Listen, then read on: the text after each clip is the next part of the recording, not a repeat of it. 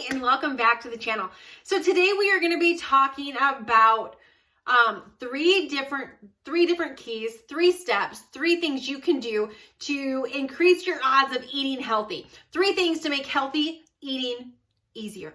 And if you're trying to lose weight, you have really got to hone in on the eating. Even if you're working out, which I highly recommend, working out is great for weight loss. Not only does it tone up, not only does it help build lean muscle, which helps with loose skin at the end of your weight loss, but it also helps you lose weight quicker. But with that being said, you cannot outwork a bad diet, and you have really got to embrace healthy eating if you want to lose weight and keep it off. And so there's 3 things that I'm going to give you that have really helped me with healthy eating, helped make it easier, sustainable, more of a lifestyle, and that also help my clients to lose weight as well. So before we dive in, if you have not hit the subscribe button, make sure to do that. Ring the notification bell so you don't miss any of our videos. We do upload videos Monday, Tuesday, Wednesday, and Friday here on the channel. I would love to, if you like weight loss tips, if you like healthy, good, delicious recipes that are good if you're trying to lose weight, eating healthy, and still have it taste good. And if you just want to be a part of our community here on YouTube, I would love to have you join.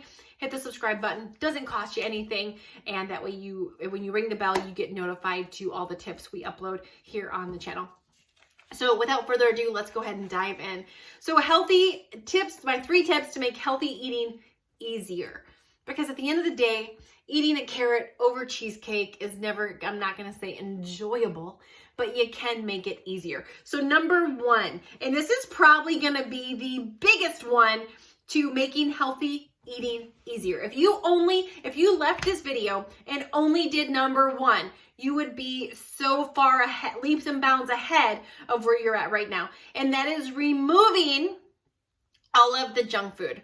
Getting the junk out of the house, out of the refrigerator, out of the freezer. I think if all of us are being honest, we all have foods that are our nemesis. We all have foods that are like the temptresses. Or the temptors. We all have foods that are like the devil when it comes to weight loss. Like for me, dried fruit, trail mix, and peanut butter are foods that if I'm trying to lose weight, I just better not have that open in my house because I'm going to lose the battle. And so here's the thing. So often we get started with weight loss, and instead of removing those temptations, instead of removing those foods, we just expect ourselves to be strong. Like, come on, girl, you can do it. Like, come on, if you really want to do this, you should have no problem doing it. And I am a big fan of balance. I'm not a big fan of deprivation. I'm not a fan of cutting out any food groups. I'm a fan of balance. Why? Because the way you lose the weight is the way you'll have to maintain it. And in my experience, when you don't have balance, that leads to binging and just eating it all anyway. So I do believe you should have balance.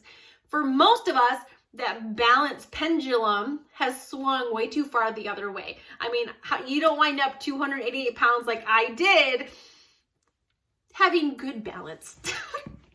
Like today I'm 80-20, which means I eat chicken 80%. I eat chicken and broccoli 80% of the time, the double bacon cheeseburger and the chocolate 20% of the time. I think before it was reversed.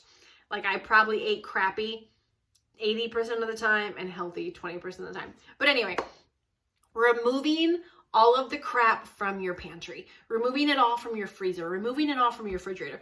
You cannot eat what's not there. You can't be tempted by what's not there. And I tried to lose weight for a very long time, just thinking that if I was motivated enough, if I was strong enough, that I could just resist those things.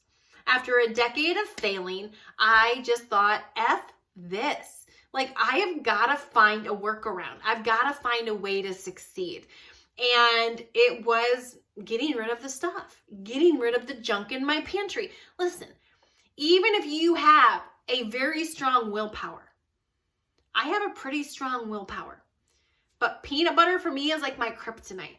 I can eat a jar of it without blinking. And so if you leave an unopened jar of peanut butter in my pantry, it's going to do a magic act and disappear. So and I can walk by it. I can say no to it 50 times before I finally break. But what happens when you leave those temptations, you get tempted, you say no. You get tempted, you say no. You get tempted, you say no. All it takes is one moment of weakness for you to break and undo all that hard work you did. And then you feel guilty, you feel like crap, you're like frustrated, all those feelings that come with that.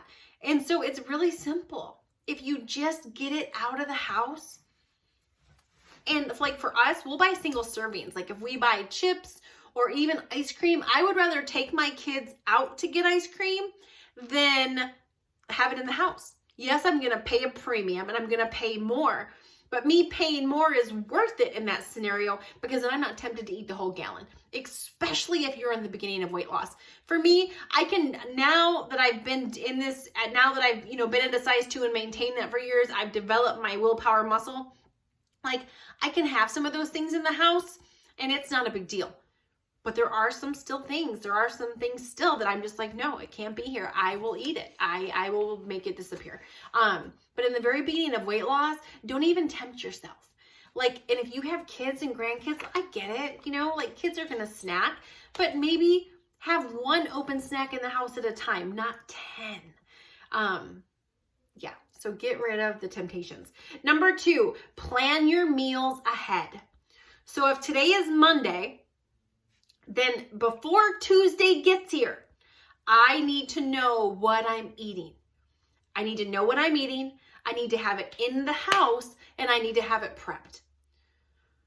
Most of us eat crappy food, not just because of cravings or emotions, but because it's easy. It's fast to grab chips. It's fast to grab an ice cream bar. So you need to take those healthy foods and prep them so they're fast. Prep them so they're convenient. And psychologically, if it's a Monday and I'm prepping my food for Tuesday, I'm coming into Tuesday knowing what I'm going to eat. I know, here's what I'm going to eat. I know for breakfast I'm having this. For lunch I'm having for this. For dinner I'm having this. Here's what I'm having for my snacks. So that way all day long I'm not thinking, what am I having for lunch? What am I having for dinner? What am I having for a snack? Because if I'm relying on what I want in the moment, that's where my overweight habits are going to kick in. That's where the emotional eating is going to kick in. That's where the cravings, what are my cravings going to kick in versus logic. You will never win against your cravings. Your cravings will always win and keep you where you're at. But logic is what you've got to use. No, this is going to help get me closer to my goal. If I eat the ice cream because I'm mad at my husband, that's not going to help me. So make sure you're planning. You should know on Monday what you're eating on Tuesday. You should know on Tuesday before the day gets, so you should know on Tuesday what you're eating on Wednesday. Before the day gets here, you should already know what you're eating and have it prepped and planned before that day gets here. Number 3, and we've all heard, if you want to lose weight, drink your water. But the one thing that I never knew when I was a weight loss failure is that most people walking around the planet are dehydrated. And dehydration has a lot of the same symptoms as hunger. So a lot of times people think they're hungry. They get the shakes, they get lightheaded, they get headaches, all those things. But it could just be because you're dehydrated. And so making sure you're drinking enough water. If you should be drinking a minimum of half of your body weight in water in fluid ounces every single day. So if you weigh 200 pounds, that's 100 fluid ounces of water. If you weigh, if you weigh 150 pounds, that's 75 fluid ounces of water. If you weigh 300 pounds, that's 150 fluid ounces of water. So just take your weight, divide it by 2, and that's how many fluid ounces of water you should be drinking every single day. It's going to help speed up your metabolism. It's going to help process the food, which is your metabolism. It's going to help you stay full longer, and it's going to keep you from being dehydrated, which, again, a lot of people mistake dehydration for hunger. And those are and again, I could probably list off 20 tips on healthy eating and tips to make healthy eating easier, but these are my top 3. And I'm going to tell you, if you just do these 3, if you just did number 1 and you cleaned out your pantry and you got all the junk out of your house, that alone would make a huge difference. It's never the big things that make a difference. It's all the little things added together that are what's going to get you to your weight loss goal. So anyway, thank you so much for watching, and make sure to check out some of our other videos here on the channel.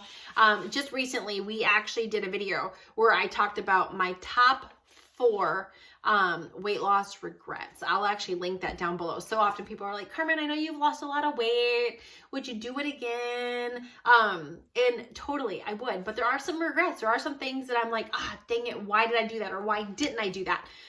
So I'll make sure to link that down below in the comments. Make sure to check it out. And we will see you on the next one. Thanks for watching. Bye.